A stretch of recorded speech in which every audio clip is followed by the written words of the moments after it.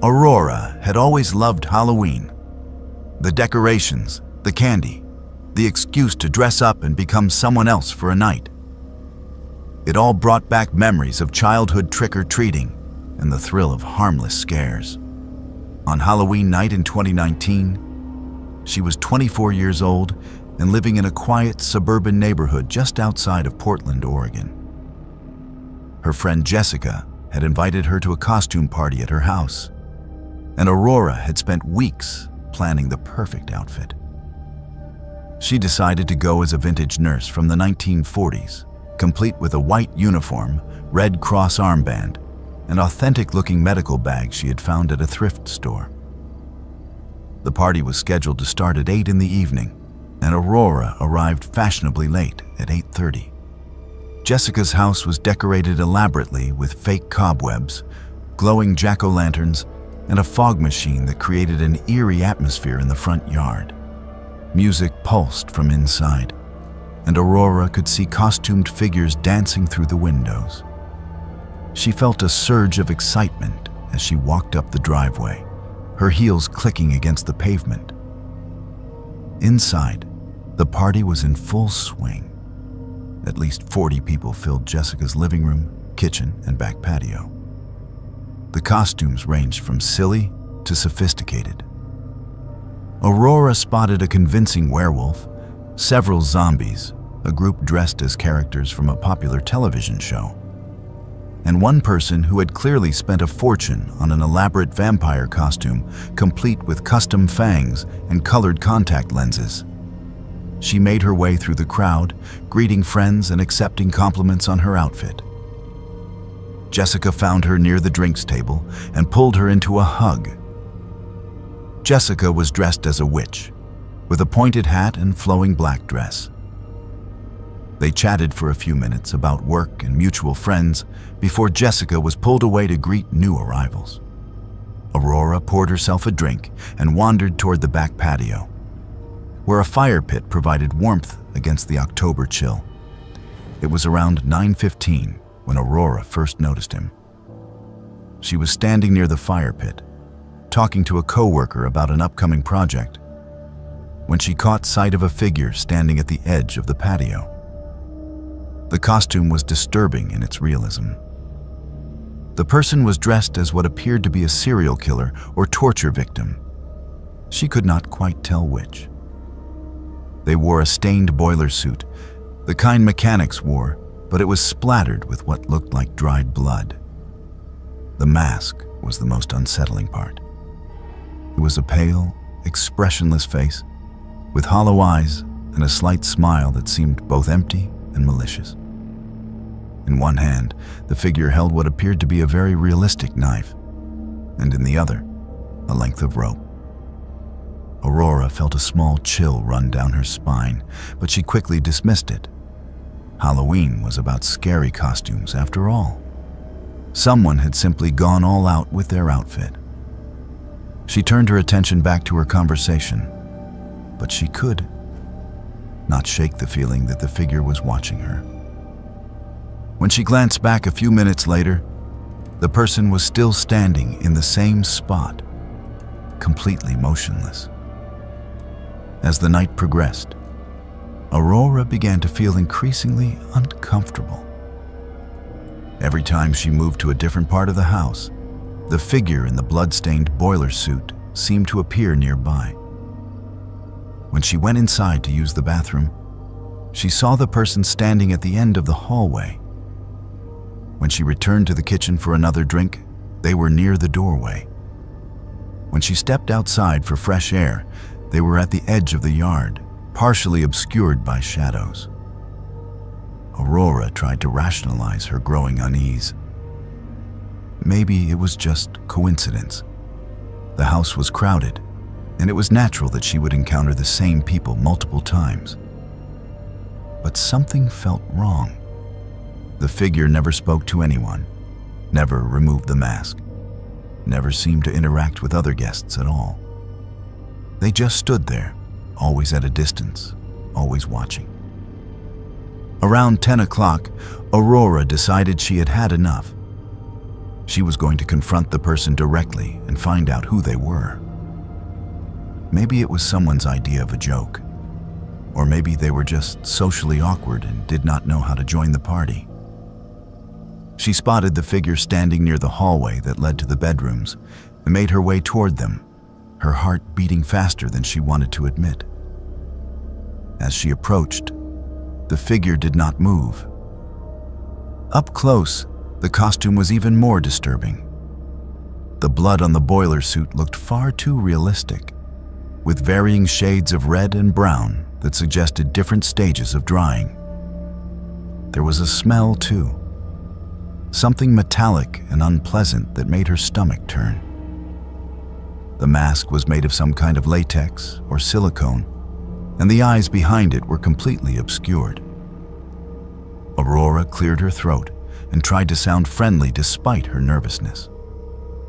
She asked if they were having a good time and if they knew Jessica. The figure did not respond. They simply tilted their heads slightly, as if studying her. Aurora felt her skin prickle with goosebumps. She asked again, more forcefully this time, who they were and how they knew the host. Still no response. The silence stretched on for what felt like an eternity, but was probably only 10 or 15 seconds. Then, slowly, the figure raised their hand, the one holding the knife, and pointed directly at Aurora. Not at anything behind her or beside her, at her specifically. Aurora felt her breath catch in her throat. This was not funny anymore. This was not part of any joke she understood. She turned quickly and walked back toward the main party area, her heart now pounding in earnest. She found Jessica near the kitchen and pulled her aside, trying to keep her voice calm as she explained that there was someone at the party in a disturbing costume who was acting strangely. Jessica looked confused and asked what the person looked like. Aurora described the blood-stained boiler suit and expressionless mask. Jessica's expression shifted from confusion to concern. She said she did not know anyone who had come in that costume. She had been greeting people at the door for the first hour of the party and did not remember seeing anyone dressed like that. Aurora insisted the person was there, that she had seen them multiple times throughout the night. Jessica suggested they find the person together and figure out who they were. The two women moved through the house, checking each room and asking other guests if they had seen someone matching Aurora's description. Several people said yes, they had noticed the person, but nobody seemed to know who they were. One guest mentioned that the costume had made them uncomfortable as well. Another said they had tried to talk to the person earlier, but had been completely ignored. Jessica's concern deepened. She asked her boyfriend, who was also at the party, to help search the house more thoroughly. They checked the bedrooms, the basement, even the garage. The figure in the blood-stained boiler suit was nowhere to be found. Aurora began to wonder if she had imagined the whole thing or if the person had somehow left without anyone noticing. It was nearly 10:30 when Aurora decided to leave. The fun had been drained from the evening, and she felt exhausted from the anxiety of the past hour. She said her goodbyes to Jessica and promised to text when she got home safely. As she walked to her car, which was parked on the street about half a block away, she tried to shake off the unsettled feeling that had taken hold of her. The street was quiet, with only a few porch lights illuminating the darkness. Most of the neighborhood families had finished with trick-or-treating hours ago, and the suburban area felt almost deserted. Aurora reached her car and fumbled with her keys, her hands shaking slightly from a combination of cold and residual fear. That was when she saw movement in her peripheral vision. She turned her head sharply and felt her blood run cold. The figure in the blood-stained boiler suit was standing on the sidewalk about 20 feet away, perfectly still, watching her. Aurora's hands trembled as she finally managed to unlock her car door. She threw herself inside and immediately locked the doors, her breath coming in short gasps. The figure began to walk toward her car. Not running, just walking with slow, deliberate steps. Aurora fumbled with her keys again, trying to get them into the ignition. Her hands were shaking so badly that she dropped them on the floor. She bent down frantically to retrieve them, and when she sat back up, the figure was standing directly beside her driver's side window. Aurora screamed. She could see the mask up close now, pressed almost against the glass. The hollow eyes seemed to bore into her, and she could see that the blood on the boiler suit was not fake. It was too dark in some places, too shiny in others, with a texture that no costume shop could replicate. This was real blood, fresh blood. She finally got the key into the ignition and started the engine. The figure reached out and tried the door handle, pulling at it repeatedly. Aurora threw the car into drive and pressed the accelerator, the tires squealing as she pulled away from the curb. In her rearview mirror, she could see the figure standing in the middle of the street, watching her go. Aurora drove straight to the nearest police station, her entire body trembling. She barely managed to compose herself enough to explain what had happened to the officer at the front desk. She told them about the figure at the party, about being followed to her car, about the blood on the costume that looked too real. The officer took her statement seriously and immediately dispatched units to Jessica's address and to the street where Aurora had been parked. Police searched the area for over an hour, but found no trace of anyone matching the description. They did, however, find something that made Aurora's blood run cold all over again. On the sidewalk near where her car had been parked, they discovered a digital camera. It was an older model, the kind that used removable memory cards. The police took it as evidence and later reviewed the contents. The memory card contained hundreds of photographs, images of different people at different locations, all taken without the subject's knowledge. There were photos of women leaving work, walking to their cars, entering their homes. There were photos taken through windows at night. And there were photos from Jessica's Halloween party, dozens of them, all focused on Aurora. Pictures of her talking to friends, pictures of her getting a drink, pictures of her walking through the house. The final photos on the card had been taken outside, showing Aurora's car from various angles, with timestamps indicating they had been taken over the course of several weeks leading up to Halloween. The investigation revealed that someone had been stalking multiple Halloween events throughout the Portland area that night. Several other women at different parties reported seeing a person in a blood-stained boiler suit acting strangely. One woman claimed the person had followed her for several blocks before she managed to get inside her apartment building and lock the door. Another reported finding muddy footprints on her back porch the morning after Halloween, along with evidence that someone had tried to open her sliding glass door. Despite the evidence and multiple witness reports, the person was never identified. The costume likely came from a regular store, and the mask was a common style available at dozens of retailers. There were no fingerprints on the camera, and no DNA evidence could be recovered from the items found at the scene. The investigation eventually went cold, filed away as an unsolved case of stalking and harassment. Aurora never attended another Halloween party. The holiday that had once filled her with joy and nostalgia now only brought back the memory of that expressionless mask pressed against her car window, and the sickening realization that the blood on that costume had been real. She moved to a different neighborhood 6 months later and installed a sophisticated security system in her new home. She still sees that mask sometimes in her dreams, always watching, always silent, always just out of reach. And every Halloween, she makes sure all her doors and windows are locked well before the sun goes down. Nicholas had taken the job at Harvest Moon Farm more out of necessity than passion. He was 22 years old, between semesters at community college, and needed money to help pay for textbooks and rent. The farm ran a haunted corn maze attraction every October, and they were looking for scare actors who could work nights and weekends.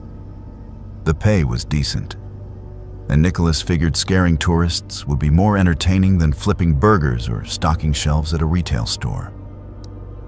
The farm was located about 30 miles outside of Des Moines, Iowa, surrounded by flat agricultural land that stretched to the horizon in every direction. The corn maze itself covered nearly 15 acres and had been designed with a complex pattern of paths that could take visitors anywhere from 45 minutes to 2 hours to navigate, depending on their luck and sense of direction. The farm's owners, an elderly couple named the Hendersons, had been running the attraction for over 20 years and took pride in creating an experience that was frightening but family-friendly.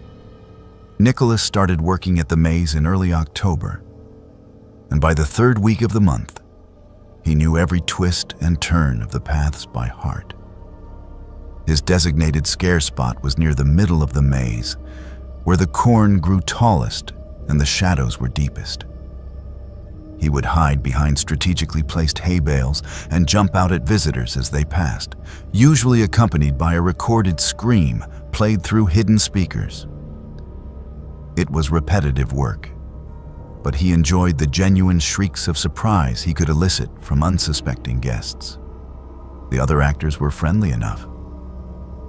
There was a college girl named Brittany who played a ghost bride, a middle-aged man named Dale who wore a scarecrow costume, and a handful of high school students who rotated through various monster costumes.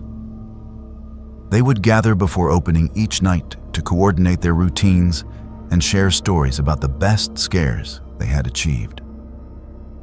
By late October, they had developed a comfortable camaraderie that made the cold nights more bearable. Halloween night was always the busiest of the season. The farm stayed open until midnight, and hundreds of people purchased tickets to walk through the maze. Nicholas arrived early for his shift, pulling on his costume, a torn and bloodied farmer outfit with a hockey mask, and heading to his designated spot. The sun had already set, and the maze was illuminated only by occasional lanterns hanging from poles along the main paths. The first few hours passed normally. Groups of teenagers, families with older children, and couples on dates made their way through the maze, and Nicholas performed his scare routine dozens of times. Some people screamed and laughed. Others barely reacted. A few tried to scare him back. It was all part of the expected rhythm of the night. Around 10:30, Nicholas took his scheduled break. He removed his mask and walked toward the break area, which was located in a barn near the maze entrance. The cool October air felt good on his face after wearing the stuffy mask for hours. He grabbed a bottle of water and sat down on a hay bale, checking his phone for messages. That was when he heard it, a voice calling his name. Not his stage name or a generic shout, but his actual name, Nicholas. The voice was faint, as if coming from deep within the maze, but it was clear enough that he could distinguish the syllables. He looked around, thinking one of the other actors was playing a prank on him, but everyone was either inside the barn or stationed at their own scare spots. He stood up and walked toward the edge of the maze, listening carefully. The voice came again, slightly louder this time. Nicholas. It was a man's voice, rough and aged, with a quality that made the hair on the back of Nicholas's neck stand up. The voice sounded exactly like his grandfather, who had passed away the previous November. They had been close, and Nicholas had taken his death hard. Hearing that familiar tone, that specific cadence, sent a wave of emotion and confusion through him. Nicholas knew he should ignore it. He was supposed to be on break, and wandering into the maze alone was against the rules the Hendersons had established for safety reasons. But something compelled him forward. He stepped into the maze entrance and began following the sound of the voice. It called to him again and again, always seeming to come from just ahead, always just out of sight around the next corner. The maze felt different without the presence of visitors. The shadows seemed darker, and the rustling of the dried corn stalks in the breeze sounded almost like whispers. Nicholas had walked these paths hundreds of times over the past few weeks. But now, they felt unfamiliar, as though the maze had rearranged itself when he was not looking. He turned left at an intersection where he would normally have gone right, following the voice that continued to call his name. "Nicholas, come here, boy. I need to show you something." The words were clearer now, and Nicholas felt tears prick at his eyes. It was his grandfather's voice, without question. He remembered that exact phrasing from his childhood, when his grandfather would call him over to examine something interesting in the garage or the garden. "Come here, boy. I need to show you something." He walked faster, his break time forgotten, his responsibilities as an actor forgotten. All that mattered was finding the source of that voice. He turned another corner and found himself in a section of the maze he did not recognize. That should have been impossible. He had helped set up the maze, had walked through it during the day and night, had memorized the entire layout. But this path was new. The corn seemed taller here, the stalks pressed closer together, and the ground beneath his feet felt softer, almost spongy. The voice called again, and Nicholas followed it into a small clearing that definitely had not been part of the original maze design. In the center of the clearing stood a figure, barely visible in the darkness. Nicholas's heart raced as he squinted to make out details. The figure was tall and thin, wearing clothes that looked like they belonged to a different era. As Nicholas's eyes adjusted, he recognized the silhouette, the slightly stooped posture, the way the figure held his hands clasped behind his back, the flat cap his grandfather had always worn when working outdoors. Nicholas tried to speak, but his voice caught in his throat. The figure turned toward him, and in the faint moonlight that filtered through the corn stalks, Nicholas could see his grandfather's face. It looked exactly as he remembered, down to the deep wrinkles around the eyes and the silver stubble on the chin. But something was wrong. The eyes were empty, dark pools that reflected no light, and the smile on the face was too wide, stretching beyond what should have been anatomically possible. The figure raised one hand and pointed toward the ground at the edge of the clearing. Nicholas followed the gesture and saw a disturbed patch of earth, as though something had recently been buried or unearthed there. The figure gestured more insistently, and Nicholas understood. He was supposed to dig there. He was supposed to find something.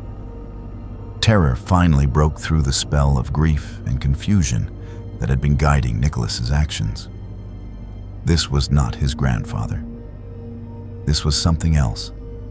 Something using his grandfather's appearance to lure him into this impossible section of the maze. Nicholas stumbled backward, his breath coming in sharp gasps. The figure's smile widened impossibly further, and it took a step toward him. Nicholas turned and ran. He crashed through the corn stalks, no longer caring about staying on the paths. Dried leaves and stems scratched at his face and hands. He could hear movement behind him, something large pushing through the corn, keeping pace with his desperate flight. He ran until his lungs burned and his legs threatened to give out, until he finally burst onto a main path he recognized. Other actors were there, and visitors too, all looking at him with concern and confusion. Brittany, the ghost bride actress, asked if he was all right. Nicholas could not answer. He bent over, hands on his knees, trying to catch his breath and slow his racing heart. Dale, the scarecrow, came over and put a hand on his shoulder, asking what had happened. Nicholas tried to explain, but the words came out jumbled and incoherent. He talked about hearing his grandfather's voice, about following it to a clearing that should not exist, about seeing a figure that looked like his grandfather but was not. The other actors exchanged worried glances. Dale suggested Nicholas go home early, that maybe he was coming down with something or had been working too hard. Nicholas wanted to dismiss what he had seen as exhaustion or imagination, but he could not shake the image of that disturbed earth in the clearing. After his shift ended at midnight, after all the visitors had left and the other actors had gone home, Nicholas approached Mr. Henderson and told him about the experience. He expected skepticism or dismissal, but the old farmer listened carefully and then nodded slowly. Mr. Henderson said they would check the maze in the morning after there was proper light. Nicholas went home but barely slept, his mind replaying the events of the night over and over. When dawn broke, he drove back to the farm, arriving just as Mr. Henderson was preparing to walk through the maze with a handheld GPS unit that showed the maze's layout. They started at the entrance and followed the path Nicholas had taken the night before, with Nicholas trying to remember each turn he had made. But when they reached the area where he thought the clearing should be, there was nothing unusual. Just the normal maze paths, laid out exactly as they had been designed. No clearing, no disturbed earth, nothing to suggest anything out of the ordinary had occurred. Mr. Henderson looked at Nicholas with concern and suggested he take a few days off. Nicholas agreed, feeling foolish and confused.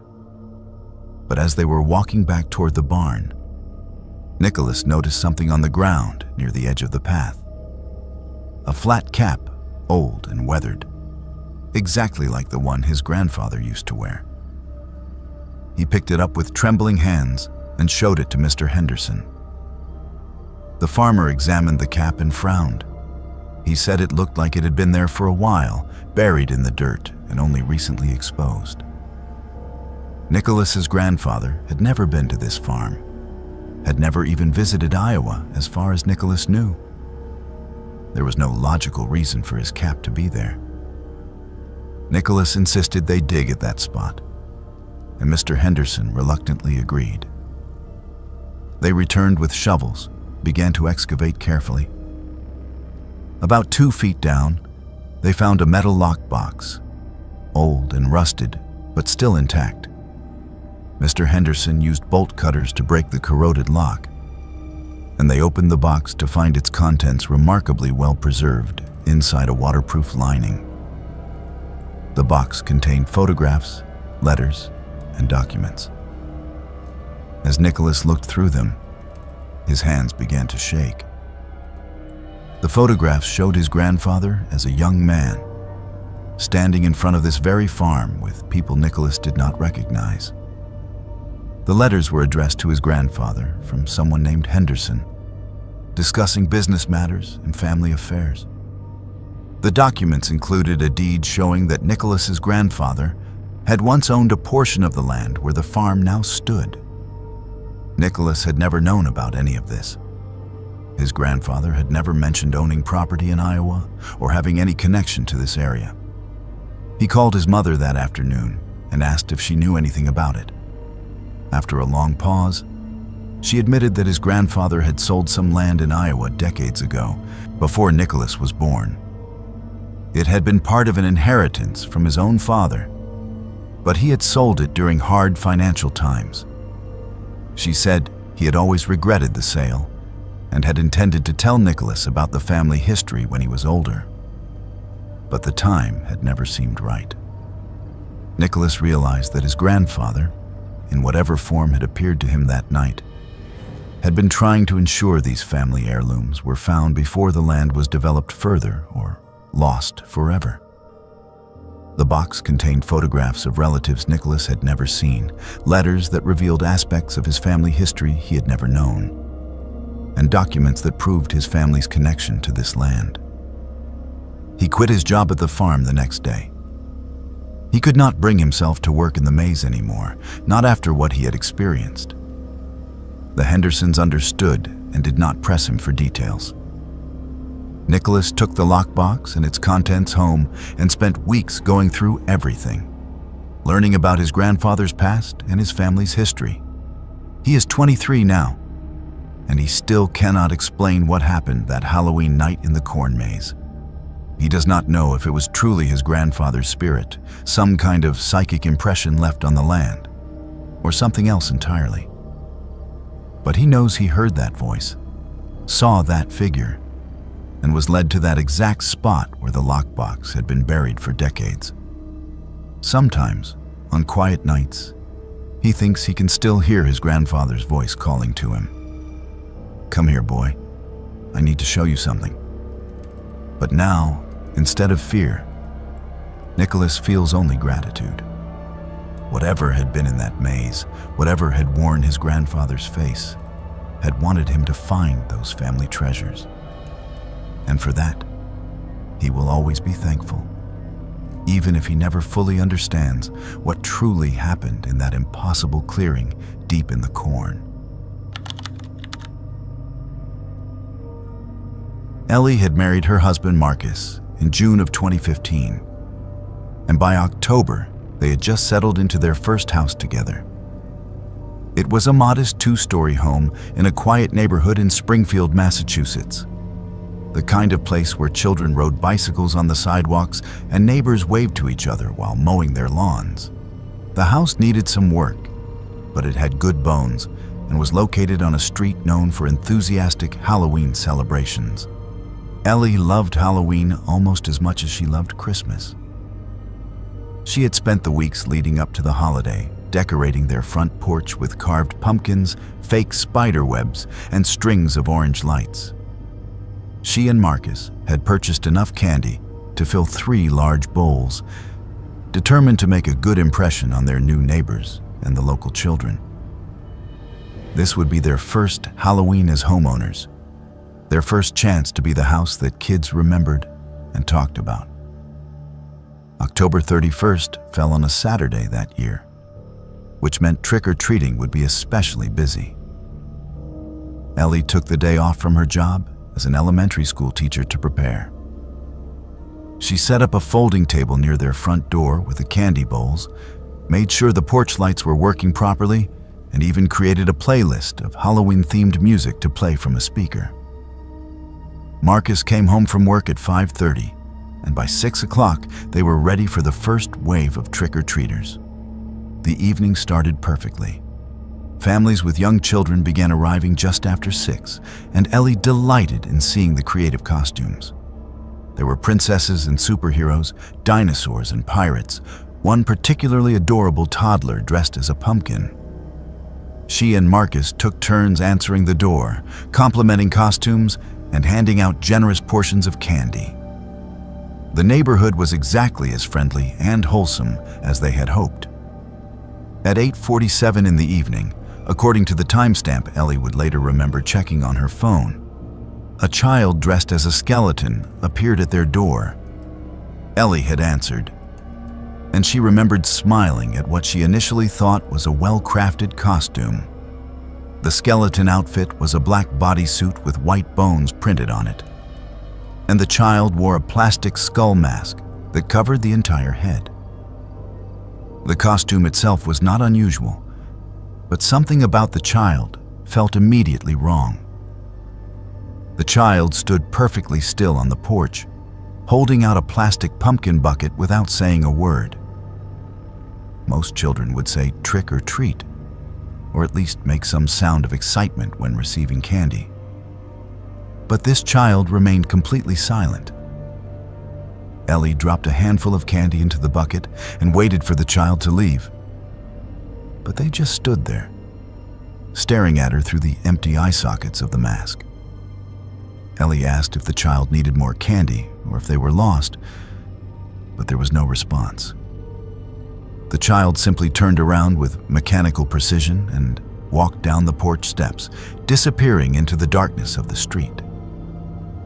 Ellie felt a strange chill run through her, but she shook it off and returned to Marcus, mentioning that there had been an odd kid in a skeleton costume who had not said anything. At 9:15, the doorbell rang again. Ellie was in the kitchen refilling one of the candy bowls, so Marcus answered the door. A moment later, he called to her with confusion in his voice.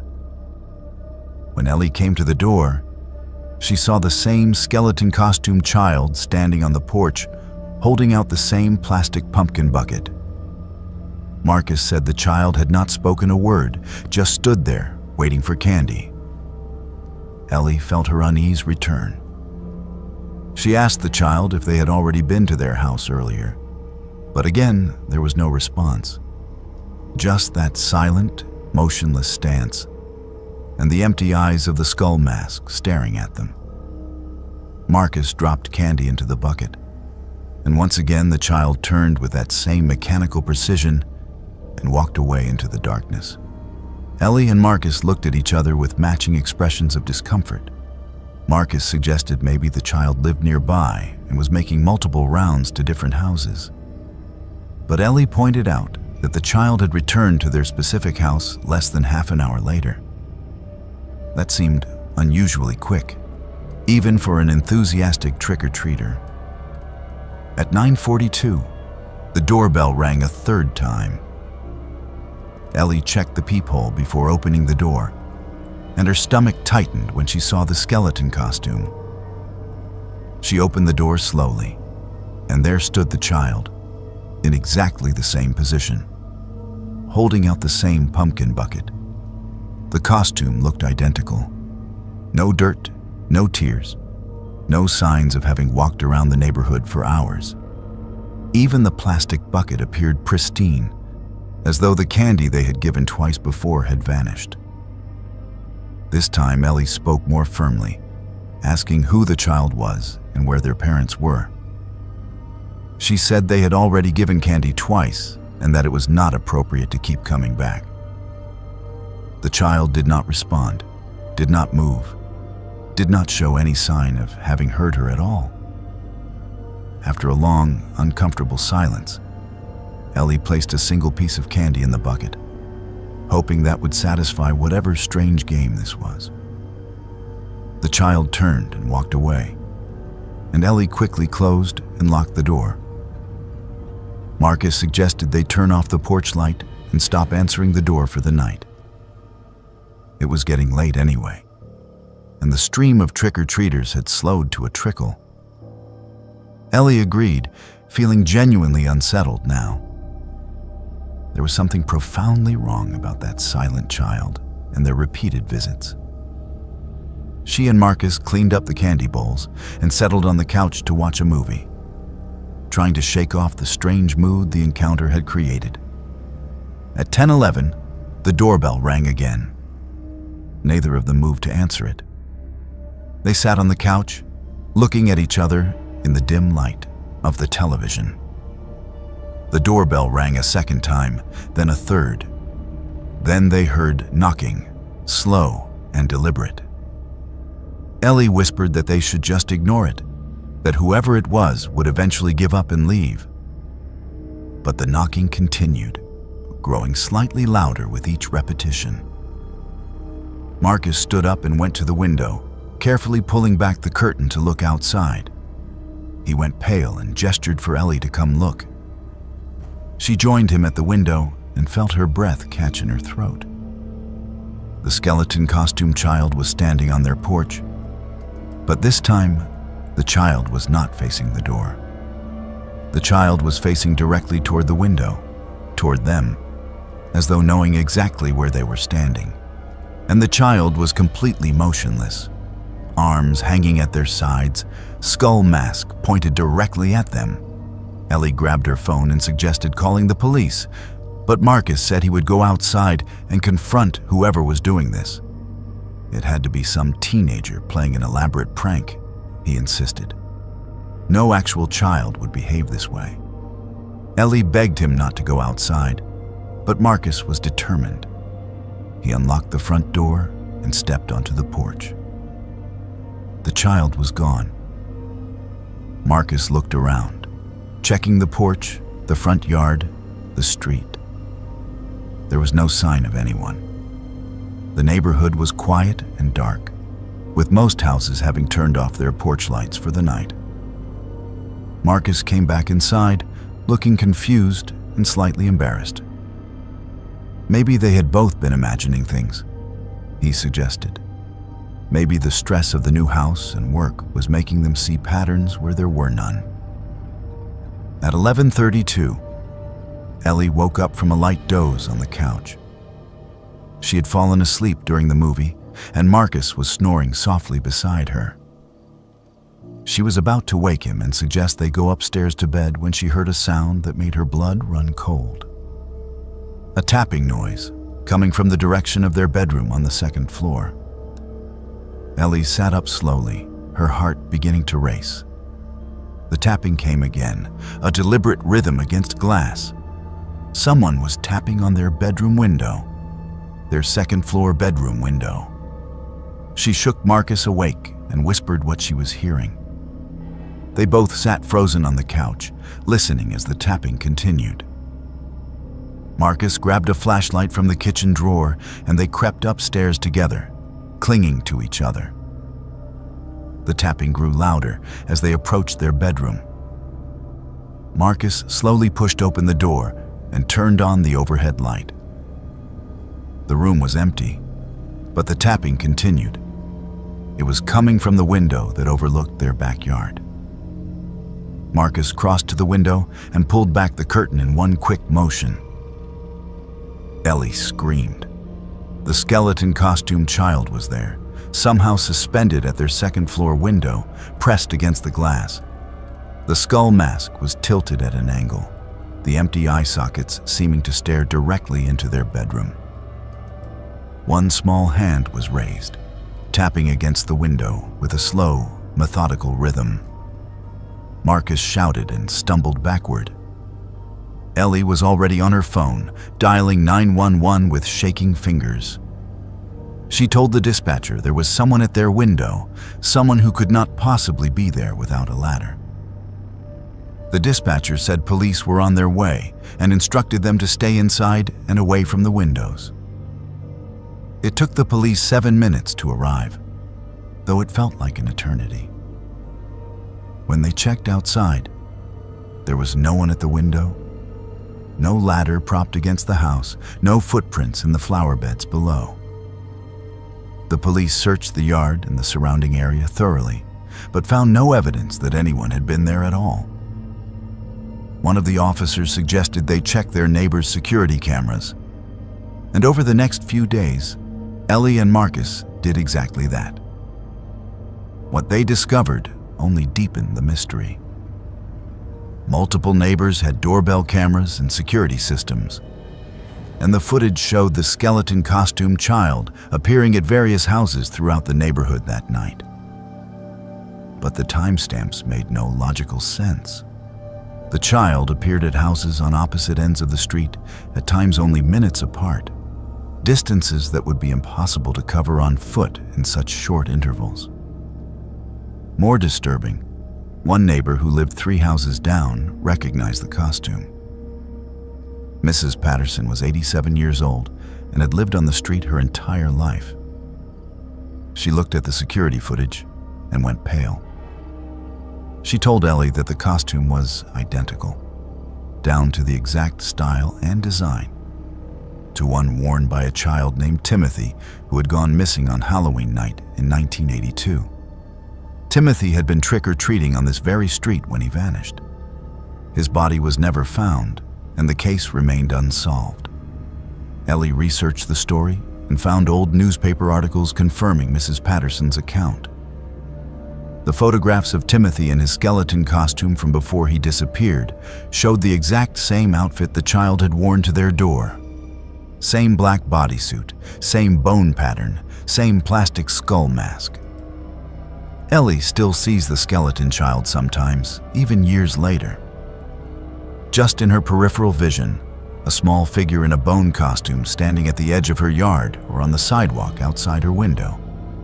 It never comes close, never tries to enter, just watches from a distance. She and Marcus moved to a different neighborhood in 2018, but the sightings have followed her. Every Halloween, without fail, she catches a glimpse of that silent, watching figure. She has learned to live with it, though she will never understand what it wants or why it chose her. Some mysteries, she's come to realize, are not meant to be solved. Some visitors from Halloween night never truly leave. Adam and Sadie had been dating for nearly 3 years when Halloween 2017 arrived, and they were both enthusiasts of anything that promised a good scare. They had visited haunted houses, taken ghost tours, and watched every horror movie they could find. When they discovered that Riverside Psychiatric Hospital was offering guided Halloween night tours before its scheduled demolition, they immediately purchased tickets. The hospital had been abandoned since 1994 and had a reputation for disturbing history that stretched back to the 1920s. The facility was located about 40 miles outside of Nashville, Tennessee, sitting on a sprawling property that had once housed hundreds of patients. The main building was a massive 4-story structure made of red brick, with barred windows and a clock tower that had stopped working decades ago.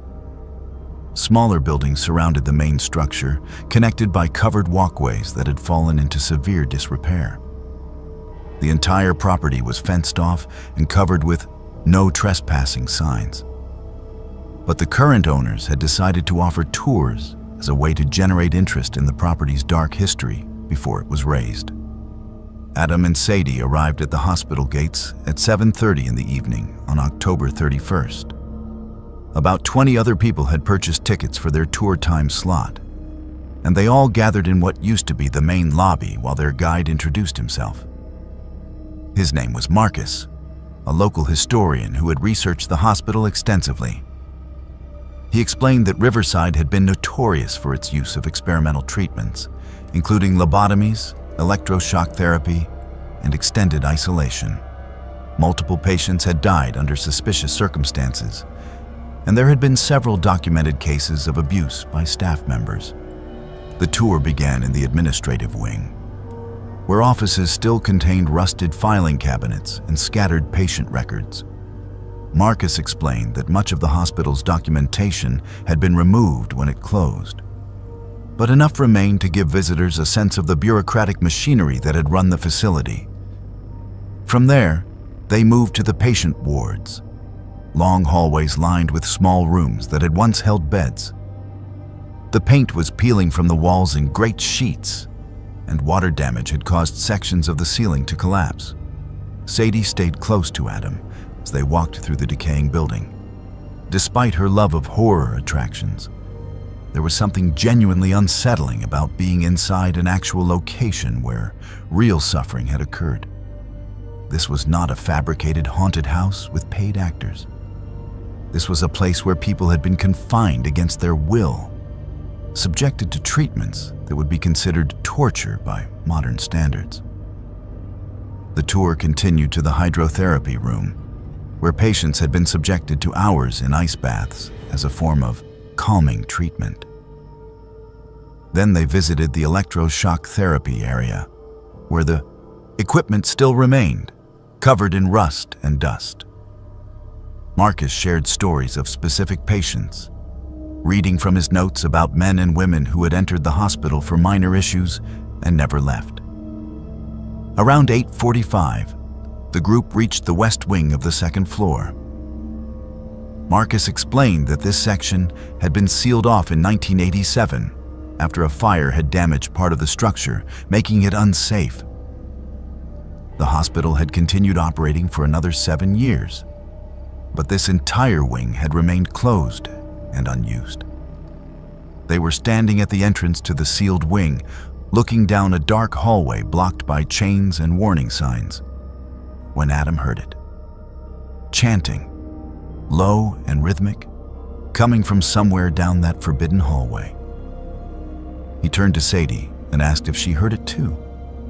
She nodded, her eyes wide. Several other members of the tour group had also noticed the sound. Marcus frowned and said that should not be possible. The wing was structurally unsound and had been locked for decades. No one should be in there. The chanting continued, and now Adam could make out multiple voices, though he could not understand the words. It sounded like some kind of ritual or ceremony. Marcus pulled out his radio and called to the security guard who was stationed at the main entrance.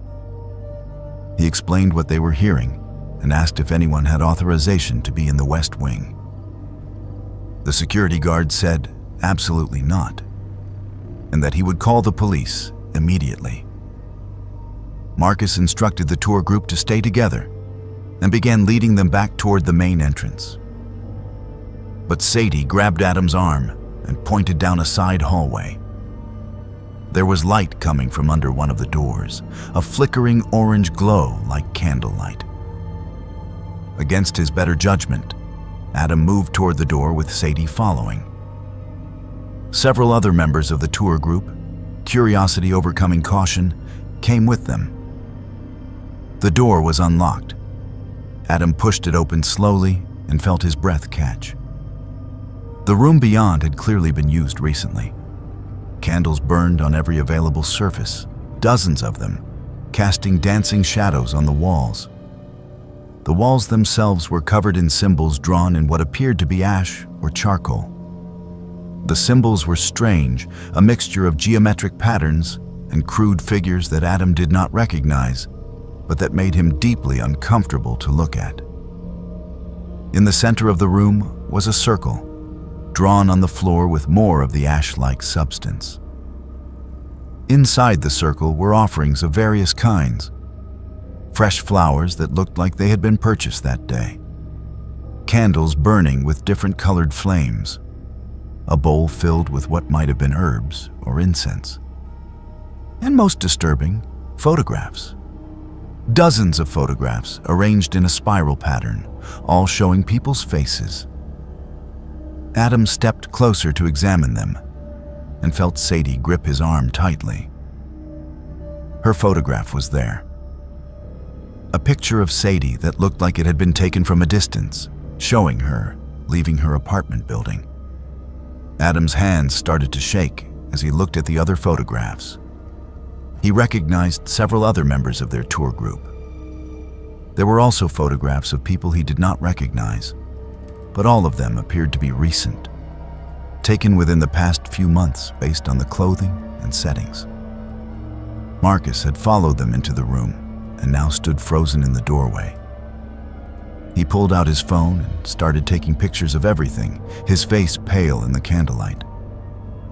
Sadie was crying softly, asking why her picture was there, asking what this meant.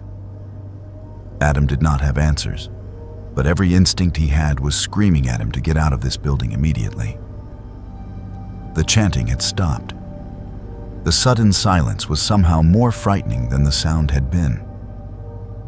Marcus said they needed to evacuate right now, that they should all move quickly and quietly back to the main entrance. The tour group did not need to be told twice. They left the room and hurried down the hallway, their footsteps echoing in the empty building. As they moved through the patient ward, Adam heard doors opening behind them. Not one or two, but many doors, the sound of rusted hinges creaking one after another. He did not look back. He kept his hand firmly clasped around Sadie's and focused on following Marcus toward the exit. The tour guide was practically running now, all pretense of a calm professional demeanor abandoned. They burst out of the main entrance into the parking lot just as police cars were pulling up, their lights flashing red and blue in the darkness. The security guard was there, looking confused and frightened. Marcus immediately began explaining what they had found, showing the photographs on his phone to the officers who approached. The police took statements from everyone in the tour group and then entered the building to investigate. They were inside for nearly an hour while Adam and Sadie sat in their car, holding each other and trying to process what they had experienced. When the officers finally emerged, they looked shaken. They confirmed that they had found the ritual room exactly as described, along with evidence of recent activity throughout the supposedly sealed West Wing. Over the following days, the investigation expanded. Police discovered that a local group had been using the abandoned hospital for months, gaining access through a damaged section of fencing that was not visible from the main gate. The group consisted of 8 members who practiced a form of folk magic that combined various regional traditions with their own invented rituals. They had been performing ceremonies in the hospital, believing the location's history of suffering gave it special power. The photographs were part of what they called cleansing rituals, meant to protect or purify the people depicted. Several members of the group were arrested, including a woman who turned out to be Sadie's estranged aunt, someone she had not seen or spoken to in over 5 years. The aunt claimed she was trying to help family members she believed were making poor life choices, including Sadie's relationship with Adam, whom she considered a bad influence. The explanation did nothing to make Sadie feel better. The idea that her aunt had been watching her, photographing her without consent, and including her in bizarre rituals was deeply violating. She obtained a restraining order and went through several months of therapy to deal with the psychological impact of the experience. The hospital was demolished in early 2018, ahead of its original schedule. The owners decided that the property's reputation had been too severely damaged by the discovery of the cult activity. Adam and Sadie never participated in another haunted attraction or ghost tour. The experience had taught them that real horror was not found in manufactured scares and paid actors, but in the actions of actual people whose beliefs led them to cross boundaries that should never be crossed. Sadie still finds strange symbols occasionally, drawn in chalk on the sidewalk near her home or scratched into the dirt of her garden. She wipes them away immediately, but they keep appearing. The restraining order prevents her aunt from coming near her, but it cannot prevent the other members of the group, most of whom received only minor legal consequences, from continuing their practices. She has moved twice since 2017, and each time, the symbols eventually appear again. Whatever her aunt and that group believe they are doing, whatever ritual they think they are performing, it seems to require ongoing attention to the people they have targeted. And Sadie, whether she wants to be or not, remains one of those people.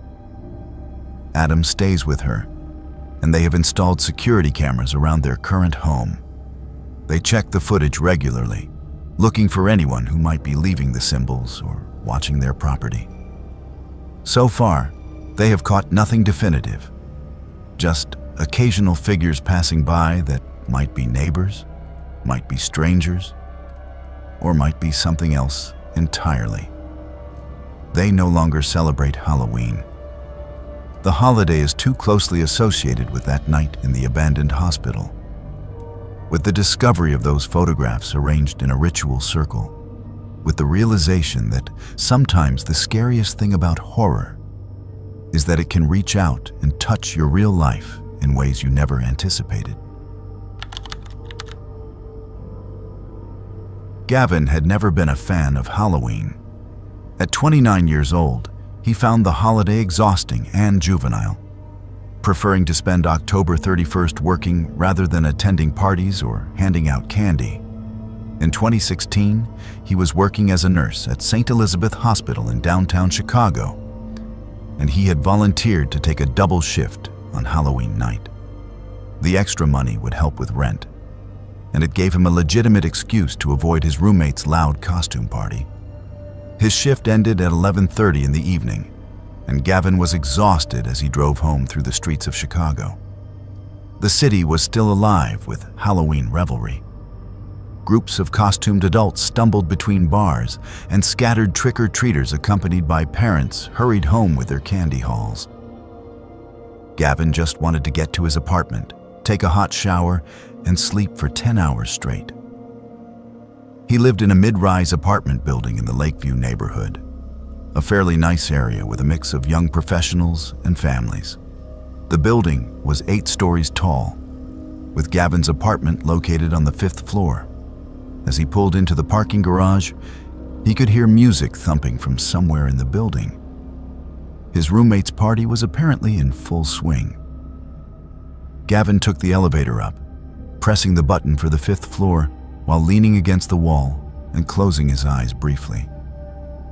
The elevator dinged and the doors opened. He walked down the familiar hallway, past the decorative plant his neighbor Mrs. Chen had placed near the stairwell entrance, past the apartment where the college students lived and were always leaving their shoes in the hallway. Everything looked normal and familiar. He reached his apartment door and pulled out his keys, fumbling with them in the dim hallway lighting. The key slid into the lock, but when he turned it, nothing happened. The door was already unlocked. Gavin frowned. His roommate Derek was usually careful about locking the door, especially during parties. Maybe someone had stepped out for a cigarette and forgotten to lock it behind them. Gavin pushed the door open and stepped inside. The apartment was dark and quiet. The music he had heard in the parking garage must have been coming from a different floor. He felt along the wall for the light switch, and that was when he noticed something was wrong. The furniture was in the wrong place. The couch that should have been directly ahead of him was gone, replaced by what looked like a dining table in the dim light from the hallway. His hand found the light switch and he flipped it on. Gavin stood frozen in the doorway, his tired brain struggling to process what he was seeing. This was not his apartment. The layout was identical. Same entrance hallway, same open-plan living area, same kitchen to the left. But everything else was different. Different furniture, different decorations on the walls, different color scheme. The apartment was decorated in earth tones and had a more feminine aesthetic than the cluttered bachelor pad he shared with Derek. Gavin took a step backward, realizing he must have gotten off the elevator on the wrong floor. But that made no sense. He had pressed the button for 5. He had walked past the familiar landmarks in the hallway. This had to be the 5th floor, unless he had somehow pressed 4 by mistake and not noticed. Before he could back out of the apartment and check the floor number, he heard voices. They were coming from the bedroom, which was located at the far end of the apartment. A man and a woman, and they were arguing. The woman's voice was high and frightened, pleading. The man's voice was angry, aggressive, escalating with each exchange. Gavin's nursing instincts kicked in. Someone might be hurt, someone might need help. But his common sense was screaming at him to leave immediately, to get out of this apartment that was not his, and call security. He stood paralyzed in the entrance, caught between the urge to help and the knowledge that he was trespassing. The argument in the bedroom grew louder. The woman was crying now, begging. Gavin heard something crash, the sound of breaking glass. The man was shouting obscenities.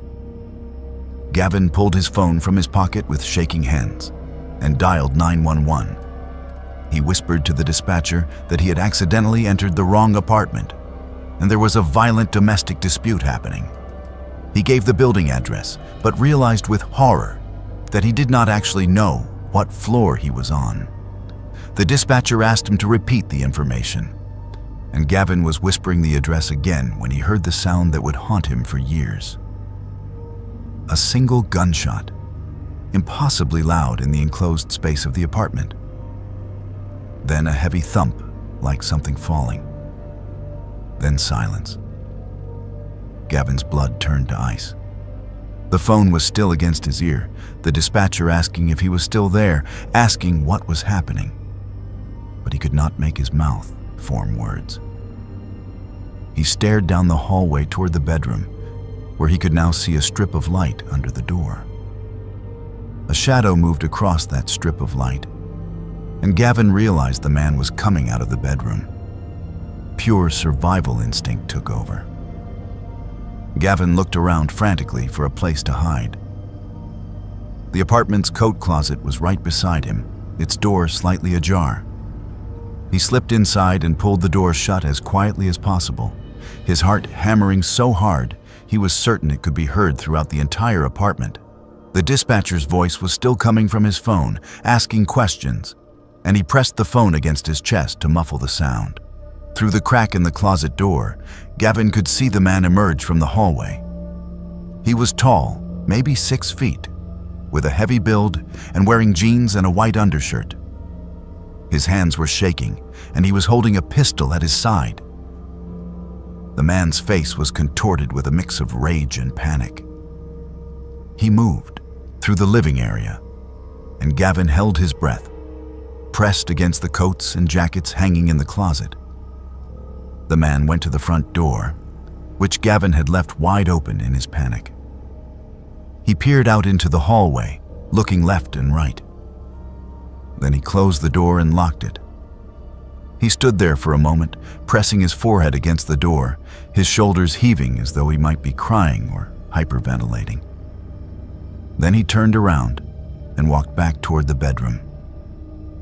Gavin waited in the closet, counting the seconds, his lungs burning from holding his breath. He could hear the dispatcher's tiny voice still coming from his phone, and he slowly brought it back to his ear. He whispered that there had been a gunshot, that someone was hurt or dead, that the shooter was still in the apartment and he was hiding in a closet. The dispatcher told him to stay on the line, that police were already on their way, that he should stay hidden and stay quiet. Minutes crawled by. Gavin could hear movement in the apartment, the sound of drawers opening and closing, the man's footsteps moving back and forth. At one point, the man walked past the closet, so close that Gavin could have reached out and touched him through the door. He squeezed his eyes shut and prayed the man would not check the closet. After what felt like hours but was probably closer to 8 or 9 minutes, Gavin heard the most beautiful sound he had ever experienced. Sirens, multiple sirens, growing louder as they approached the building. He heard them cut off suddenly, indicating the emergency vehicles had arrived. The man in the apartment cursed, and there was more crashing sounds, things being thrown. Then came the sound of heavy footsteps in the hallway outside and authoritative voices shouting, "Police, open the door!" The man in the apartment was yelling back, his words incoherent. Gavin pressed himself further back in the closet, terrified that the situation was about to become even more dangerous. There was a loud crash as the door was forced open. Then the sound of multiple officers rushing in, shouting commands. "Drop the weapon! Get on the ground! Hands where I can see them!" Gavin heard the man shouting something back, then more scuffling sounds. After several tense seconds, he heard an officer call out that the suspect was in custody. Only then did Gavin push open the closet door. He stumbled out with his hands raised, identifying himself to the officers who immediately pointed weapons at him, until they verified he was the person who had called 911. An officer quickly escorted him out of the apartment and into the hallway, where Gavin finally looked at the number on the door. 413. He was on the 4th floor, not the 5th. He had gotten off the elevator 1 floor too early and had walked to the apartment directly below his own. Other officers were rushing past him into the apartment, and he heard one of them calling for paramedics. The woman who had been shot was still alive, he learned later. The bullet had hit her in the shoulder, and she had lost consciousness from shock and blood loss. But she survived. If Gavin had not accidentally entered the wrong apartment, if he had not called 911 when he did, she likely would have bled to death while her boyfriend fled the scene. The boyfriend was charged with attempted murder and several other crimes. During the trial months later, prosecutors presented evidence that he had planned to kill his girlfriend over a suspected affair, dump her body, and flee the state. Gavin's unexpected intrusion and immediate call to police had disrupted that plan and ultimately saved the woman's life. Gavin moved to a different building 3 months after the incident. He could not bring himself to live in the same place anymore, knowing that 1 floor below his apartment, someone had almost been murdered while he was arriving home. He installed 3 different locks on his new apartment door and developed an obsessive habit of checking and rechecking that he was on the correct floor whenever he used an elevator. He is 32 now and has changed careers, no longer working as a nurse. The trauma of that Halloween night, combined with the stress of testifying at trial and the realization of how close he had come to being killed himself, led to burnout and anxiety that made it impossible for him to continue in healthcare. He works in medical billing now, a job that requires no direct patient contact and carries no risk of accidentally stumbling into life or death situations. He still has nightmares about hiding in that closet, about seeing the shadow of a man with a gun moving through the apartment, about hearing that single gunshot echo through rooms that were not his own. And every time he approaches his apartment door, he pauses and double-checks the number, making absolutely certain he is at the right place. Because he has learned that a simple mistake, being on the wrong floor at the wrong time, can change everything. Sometimes being in the wrong place saves a life, and sometimes it almost costs you your own.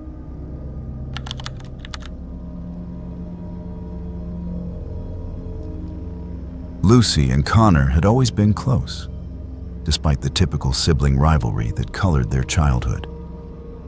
By Halloween 2014, Lucy was 17 and Connor was 15, and they had developed the kind of bond that comes from shared loss. Their older brother Daniel had died 5 years earlier in a car accident when he was only 19. The tragedy had changed their family irrevocably, leaving a void that never quite healed. Their parents rarely talked about Daniel anymore. The grief was too raw, too immediate, even after 5 years. His bedroom remained exactly as he had left it, a shrine that nobody entered except their mother, who would sometimes sit on his bed and cry when she thought nobody was watching. Lucy and Connor had learned to carry their grief silently, supporting each other through the waves of sadness that would hit at unexpected moments. On Halloween night in 2014, their parents had been invited to a costume party at a friend's house.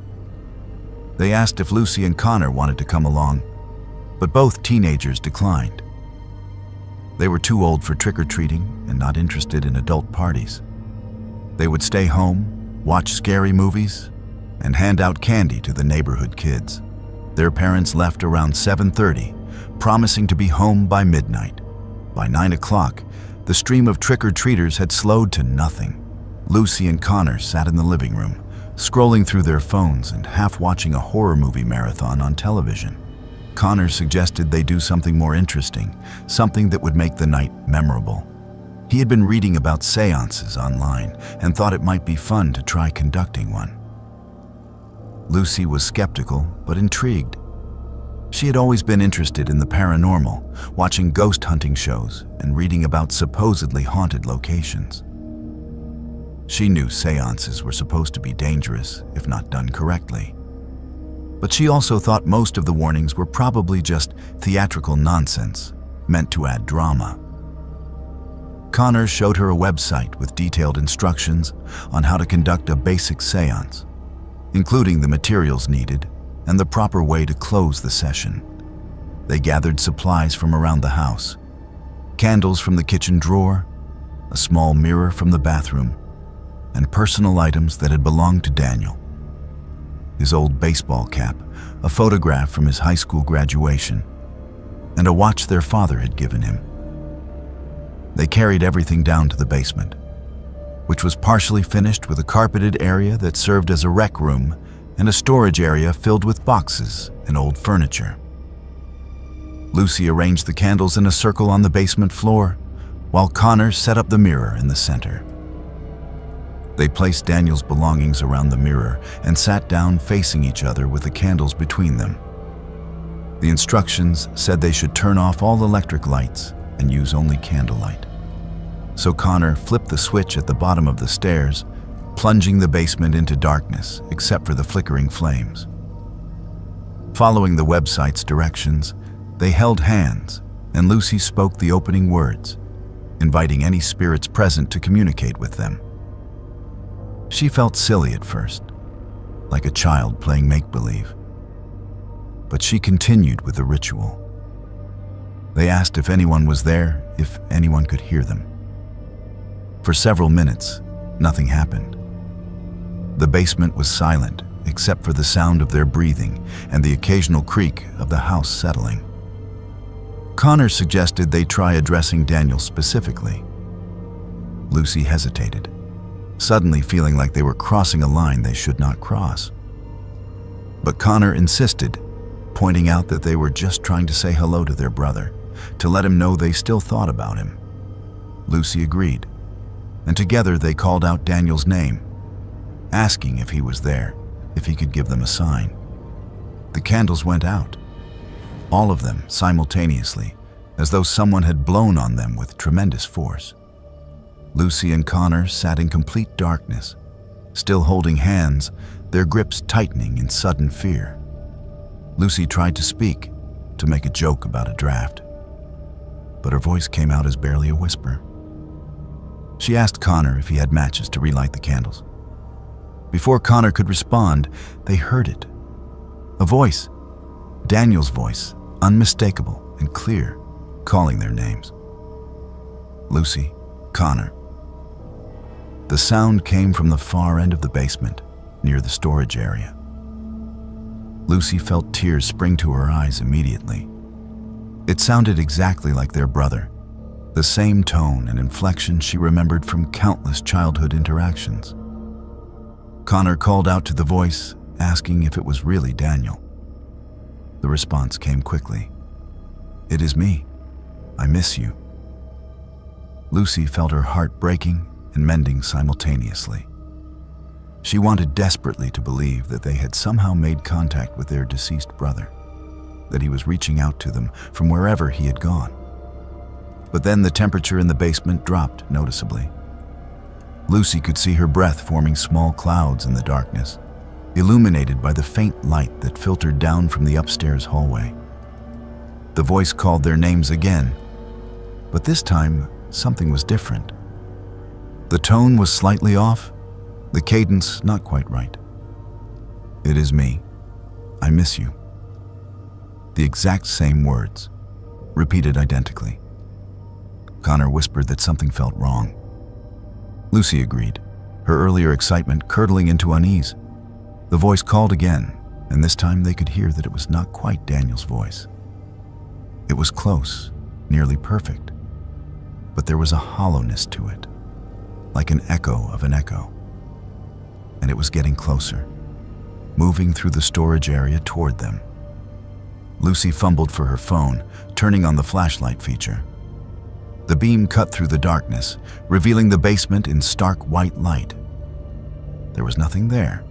No figure, no form, nothing to explain the voice they had both clearly heard. But the temperature continued to drop, and now they could hear other sounds. Movement in the darkness beyond the flashlight's reach. Objects shifting, boxes scraping against the concrete floor. Connor tried to remember the closing ritual from the website. They needed to formally end the seance and dismiss whatever presence they had invited. Lucy could not remember the exact words, and Connor's hands were shaking too badly to pull up the website on his phone. They fumbled through what they remembered, speaking over each other in their panic. The voice spoke again, but this time it no longer sounded anything like Daniel. It was deeper, rougher, inhuman. The words were incomprehensible, a string of sounds that hurt to hear, that made Lucy's head throb and her stomach turn. Connor grabbed her hand and pulled her toward the stairs. They ran up together, stumbling in their haste, and Connor slammed the basement door behind them. They stood in the kitchen, breathing hard, staring at the closed basement door. From the other side, they could hear sounds: crashing, banging, things being thrown or broken. Lucy remembered the website's warning about properly closing a seance, about the importance of dismissing any entities that might come through. They had invited something, and they had not sent it away. Connor found the website again on his phone and read the closing ritual out loud, both of them standing at the basement door and speaking the words together. They commanded any spirits present to leave, to return to where they came from, to cause no harm and have no power in this place. As they spoke, the sounds from the basement grew louder, more violent, as though whatever was down there was angry at being dismissed. Then, abruptly, everything went silent. The temperature in the house returned to normal. The feeling of oppressive wrongness that had filled the air dissipated. Lucy and Connor stood at the door for several more minutes, listening, but there were no more sounds from below. When their parents came home shortly before midnight, they found Lucy and Connor sitting in the living room with all the lights on, looking shaken and pale. They asked what was wrong, but neither teenager could bring themselves to explain. They just said they had watched a particularly scary movie and were feeling jumpy. The next morning, Lucy volunteered to go down to the basement first to see what damage had been done. She found the candles scattered across the floor, the mirror shattered into pieces, and Daniel's belongings thrown in different directions. But most disturbing were the marks on the walls. Long scratches, like fingernails or claws, had been dragged across the painted drywall, forming patterns that hurt to look at directly. Their parents never found out the truth about what happened that Halloween night. Lucy and Connor cleaned up the basement together, painted over the scratch marks, and threw away the broken mirror. They told their parents a story about knocking over some boxes while looking for Halloween decorations and accidentally breaking an old mirror. Connor is 20 now and still refuses to talk about that night. He avoids discussing Daniel entirely, shutting down any conversation that might lead to reminiscing about their older brother. Lucy suspects he is afraid that speaking about it will somehow invite that presence back into their lives. Lucy is 22 now and has developed an obsessive interest in paranormal protection. Her apartment is filled with religious symbols from various traditions, salt lines at every threshold, and iron nails hidden above the doorways. She has read dozens of books about spiritual protection and cleansing rituals. She knows her friends think she has become strange and overly superstitious. But she does not care, because Lucy still sees the shadows. Sometimes, in her peripheral vision, she catches glimpses of a figure that resembles her brother. But when she turns to look directly, there is nothing there. Just an empty space where something had been standing a moment before. The figure never approaches, never tries to interact, just watches from corners and doorways. She has tried cleansing rituals, blessings, and prayers, but nothing makes the shadow go away permanently. It always comes back, always watching, always wearing her dead brother's face. And deep down, Lucy knows it will never stop. She and Connor opened a door that Halloween night, and even though they closed it, something had already come through. Something that had been waiting for an invitation, for a chance to cross over, for two grieving siblings foolish enough to call out to the darkness and expect only love to answer. The seance was supposed to bring them closure, a chance to say goodbye to the brother they had lost. Instead, It brought them something else entirely. Something that pretends to be Daniel when the lights go out. Something that calls their names in a voice that is almost right, but never quite perfect. And that something is still here, still watching, still waiting for another chance to be invited back in. Isla, Henry, and Amelia had been friends since their freshman year at Northern Michigan University. And by October 2018, they were seniors looking to make the most of their final year together. All three were 21 years old and had developed a tradition of seeking out the most extreme Halloween attractions they could find each year. They had visited haunted houses, terror trails, and zombie experiences across the state, always looking for the next thrill that would push their limits. When they heard about Blackwood Farm's haunted hayride, advertised as Michigan's most intense Halloween experience, they knew they had to go. The farm was located about 90 miles from campus, deep in rural woodland outside of Traverse City. The attraction's website warned that it was not for the faint of heart, that actors were allowed to touch guests, and that participants would need to sign liability waivers. The promise of genuine fear was exactly what Isla and her friends were seeking. They drove to the farm on Halloween night, arriving just after dark. The property was impressive in its commitment to atmosphere. A dirt road led through dense forest to a large clearing where the main farmhouse stood, illuminated by orange and purple lights. Dozens of carved pumpkins lined the pathways, and fog machines created an eerie mist that hung low over the ground. Music with discordant sounds and screams played from hidden speakers, and costumed actors roamed the grounds, staying in character as they interacted with arriving guests. The three friends purchased their tickets at a booth decorated to look like a decrepit ticket office from a horror movie. The attendant, wearing gruesome makeup that made him look like a corpse, handed them clipboards with waivers to sign. Isla skimmed the document quickly. It was standard liability language about assuming risk of injury, acknowledging that actors might touch them or use props in close proximity, and agreeing not to touch or strike any actors even if frightened. She signed without hesitation, as did Henry and Amelia. They were assigned to the 9:30 hayride and joined a group of about 15 other people waiting near the boarding area. The wagon itself was an old-fashioned flatbed trailer, piled with hay bales arranged as seats, pulled by a restored antique tractor. The driver wore a burlap mask and did not speak as guests climbed aboard. Isla sat between Henry and Amelia on a hay bale near the middle of the wagon, feeling her anticipation build as the tractor's engine roared to life. The hayride began by taking them deeper into the woods surrounding the farm. The trail was narrow, with trees pressing close on both sides. Every few minutes, the wagon would stop and costumed actors would emerge from the darkness, screaming and lunging at the guests.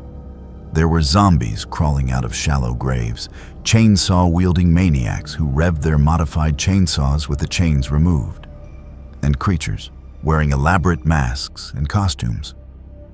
About 20 minutes into the ride, they entered a clearing that had been set up as a torture chamber scene. There were props scattered around, a mock guillotine, wooden racks meant to look like medieval torture devices, and hanging cages that swayed in the breeze. Several actors dressed as executioners and torturers were staged throughout the area, performing their roles with commitment to the gruesome theme. As the wagon slowed to a stop, one of the actors approached Isla's side of the hayride. He was wearing a blood-stained leather apron and a hood that obscured his face.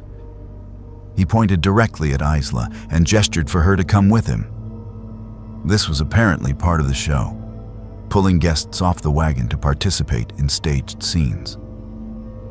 Isla hesitated for only a moment before standing up, determined to play along and get the full experience. The actor took her hand and helped her down from the wagon, leading her toward one of the torture prop areas. Henry and Amelia called out encouragement, laughing at the spectacle. The other guests on the wagon watched with interest, some recording with their phones. Isla let herself be positioned near one of the wooden racks, expecting the actor to perform some rehearsed routine while the wagon watched. But as the actor's grip tightened on her wrist, Isla felt the first real spike of alarm. He was holding her too hard, his fingers digging into her skin in a way that hurt. She tried to pull back slightly, but his grip only strengthened. He leaned close to her ear and whispered something that made her blood run cold. The words were not part of any scripted performance. They were genuine threats, crude and disturbing, spoken in a tone that carried real menace. Isla tried to laugh it off, thinking perhaps he was just really committed to his role. But when she looked into his eyes through the holes in his hood, she saw something that did not belong in any haunted attraction.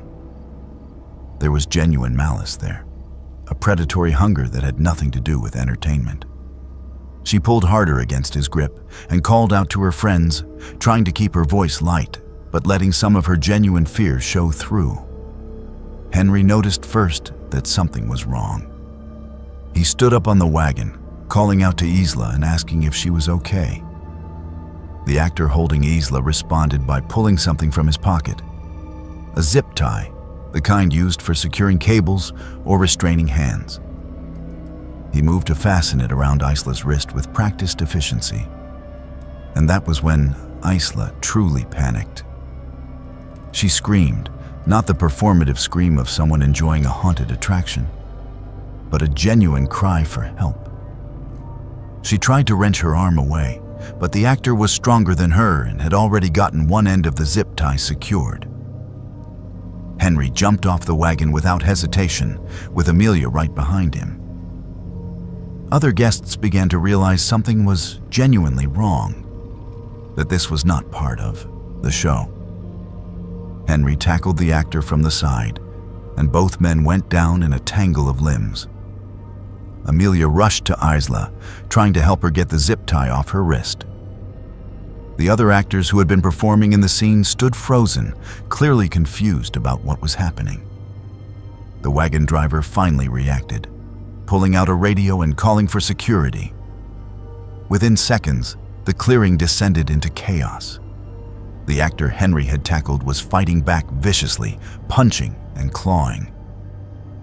Other hayride staff came running from different directions, trying to assess the situation. Some of them moved to restrain the actor who had grabbed Isla, while others checked on Henry, who had a bleeding lip and scratches on his face. Isla was shaking violently, her wrist marked with deep red impressions from where the actor had gripped her. Amelia kept her arm around Isla's shoulders, talking to her in soothing tones while simultaneously shouting at the farm staff, demanding to know what kind of operation they were running. Security personnel arrived quickly. Two large men wearing reflective vests and carrying flashlights and radios. It took several minutes to sort out what had happened. The farm's manager arrived, a woman in her 50s who looked genuinely horrified as she examined the zip tie still partially attached to Isla's wrist. She asked the security team to identify the actor. And that was when the truly disturbing truth emerged. None of the farm's actual employees recognized the man. He was not on their staff roster. He was not wearing one of their official costumes. He was someone who had infiltrated the attraction and was posing as an actor. The police were called immediately. While waiting for them to arrive, the farm staff searched the man and found items that made everyone present feel sick with fear and disgust. He had rope in his pockets, along with duct tape, a knife, and several more zip ties. He had been carrying everything he would need to abduct someone, hidden among props and costumes that would make such items seem like part of the show. Isla was taken to the hospital as a precaution. She had bruising on her wrist and some minor scrapes from where she had struggled. But the physical injuries were minor compared to the psychological impact. Henry received treatment for his split lip and the scratches on his face, Amelia stayed with both of them, canceling their planned Halloween night activities and instead sitting in the emergency room waiting area while they gave statements to police. The investigation that followed revealed disturbing information. The man who had grabbed Isla was 34 years old and had a criminal history that included assault and stalking charges. He had been targeting Halloween attractions across northern Michigan for the past 3 weeks, posing as staff or volunteers at various haunted houses and hayrides. He would blend in with the legitimate actors, using the chaotic atmosphere and expected scares as cover while he selected potential victims. Police discovered that he had been at Blackwood Farm for 3 nights, wearing different costumes and inserting himself into various scenes. The farm's management had assumed he was a volunteer from one of their regular actor pools or a friend of another staff member. Nobody had thought to verify his identity or check if he had actually gone through their hiring and training process. The nature of Halloween attractions, with their temporary seasonal staff and constantly rotating cast of actors, had made it easy for him to slip through the cracks. Most chilling was the discovery of what investigators found in his vehicle, which was parked in a remote section of the farm's lot. He had prepared a space in his van with restraints, supplies, and tools that suggested he had been planning an abduction for some time. The Halloween season, with its crowds and chaos and socially acceptable costumes involving masks and weapons, provided perfect cover for his intentions. Isla, Henry, and Amelia all attended therapy sessions following the incident. The experience had fundamentally changed how they viewed Halloween and entertainment in general. What had started as a fun tradition among friends seeking thrills had become a traumatic encounter with genuine evil hiding in plain sight. Blackwood Farm shut down permanently within weeks of the incident. The negative publicity and the lawsuit filed by Isla's family made continuing operations impossible. The farm's owners claimed they had done everything they could to ensure safety, but the investigation revealed numerous lapses in their security and staff verification processes. Isla is 24 now and has not celebrated Halloween since 2018. The holiday is too closely associated with that night, with the feeling of being grabbed and restrained, with the realization that the person holding her wanted to hurt her in ways she still cannot fully process. She has PTSD and takes medication for anxiety. Loud noises make her jump, and she cannot tolerate being touched unexpectedly, even by friends. Henry carries guilt about not reacting faster, even though everyone, including Isla herself, tells him he likely saved her life. He works out obsessively now, as though making himself stronger retroactively will change what happened. Amelia has become an advocate for better safety regulations at Halloween attractions, testifying before state legislative committees about the need for mandatory background checks and stricter security protocols. The man who attacked Isla received a lengthy prison sentence on multiple charges. Evidence linked him to attempted abductions at 3 other Halloween events, all of which had been dismissed or unreported because victims thought they were overreacting to what seemed like aggressive but technically acceptable haunted attraction behavior. The trial revealed that he had been planning and perfecting his method for years, learning how to blend into horror attractions and use their inherent chaos as camouflage for his predatory actions. Isla still has nightmares about that clearing in the woods, about the feeling of zip ties around her wrist and hands gripping too tight.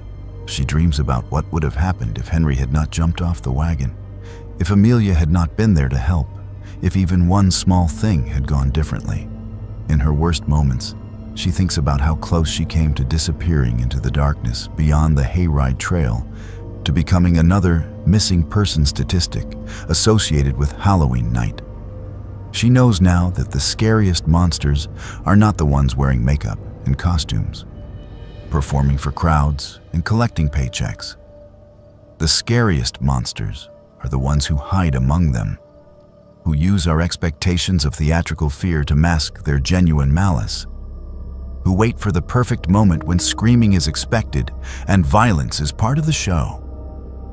Those monsters are real, and they are patient, and they are always watching for their opportunity. Isla learned that lesson on Halloween 2018, and it is a lesson she will carry with her for the rest of her life.